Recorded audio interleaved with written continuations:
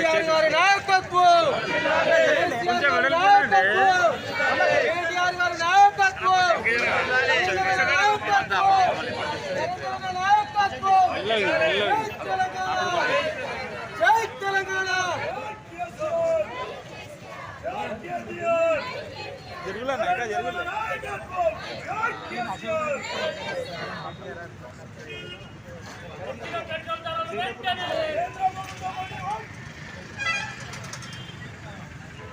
లేపమని నా చేతి లేపమని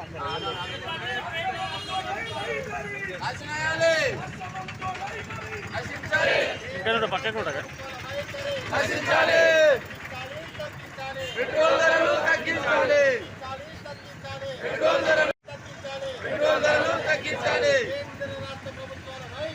తగ్గించాలి,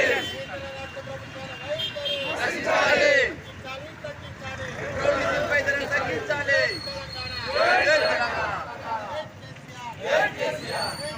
అంశం 12 సంవత్సరాలలో వెరసి 110 రూపాయలు చేశారు. ఆనాడు 60 రూపాయలు ఉండే, ఇప్పుడు 110 రూపాయలు అయింది, 65 రూపాయలు ఉండే. వెరసి 35 రూపాయలు రేటు పెరిగింది. రెండోది, నీకు సెంట్రల్ ఎక్సైజ్ డ్యూటీ అనేది 21 టైమ్స్ పెరిగింది. దీంతో ఒకసారి 2021లో 32.98 రూపాయలు పెరిగితే మళ్ళీ 22లో దాన్ని 19.98 చేయలేదు. దాంతో 2026 నేటి వరకు అది వచ్చేసి 21 రూపాయలు కూడా అయిపోయింది.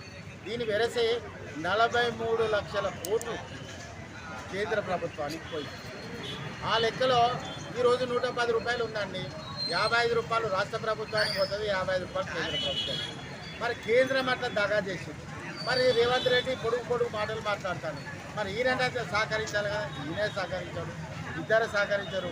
ఇప్పుడు మీరు అందరు విన్నారు, ఒక ఆటో కార్మికుడు కానీ, ఒక గూడ్స్ కార్మికుడు కానీ, ఓ టాక్సీ అన్న కానీ, ఓ టూ వీలర్ అతను కానీ, ఒక ప్రైవేటు ఎంప్లాయీ గుమస్తా కానీ, వాళ్ళందరికీ కూడా స్టేట్మెంట్ మీరే ఇస్తున్నారు.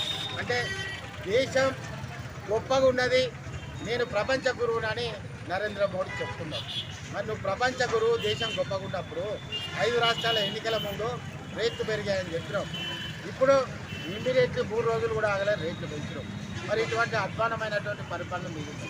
రెండో ప్రధానమైనటువంటి అంశం, కార్పొరేట్ కంపెనీలో ఉన్నటువంటి ఎవరైతే టి సుబ్బిరామిరెడ్డి, విజయ్ మాల్యా, నీరవ్ మోడీ వీళ్ళందరూ కూడా రామారామిగా 19,000 కోట్లు రద్దు చేయడం జరిగింది.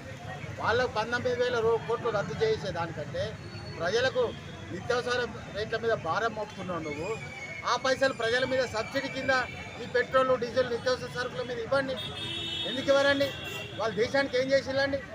టాటా వాళ్ళకి చేసిల్లంటే అది గొప్పతనం. వాళ్ళు దేశానికి సేవ చేసిన విద్వాంసం ఏ విధంగా ఉన్నదంటే, క్రూడ్ ఆయిల్ తీసుకొస్తారు, క్రూడ్ ఆయిల్ తీసుకొచ్చి ఇక్కడ పెట్రోల్, డీజిల్ తయారు చేసి మన దగ్గర 110 రూపాయలు అమ్ముతారు. అదే విదేశాలలో కూడా భారతదేశం సప్లై చేస్తున్నది. శ్రీలంక, నెదర్లాండ్ కంట్రీలకు 60 నుంచి 85 రూపాయలకి ఇస్తారు. విదేశీ వాళ్ళంటే అంత ప్రేమ, మన వాళ్ళకి మాత్రం 110 రూపాయలు ఇస్తారు. ఎంత తేలికాలు వీళ్ళు విశ్వగురువులు, వీళ్ళు మొత్తం దేశాన్ని పాలిస్తారు. వీళ్ళు దేశాన్ని ధర్మం న్యాయం అని చెప్తారు. ఇదేనా ధర్మం మీది? ఇదేనా న్యాయం మీది? ఇదేనా మీ దేశ గురువు చేసే పని? సామాన్యుల యొక్క అభ్యర్థన అంతా కూడా మీరు విన్నారు.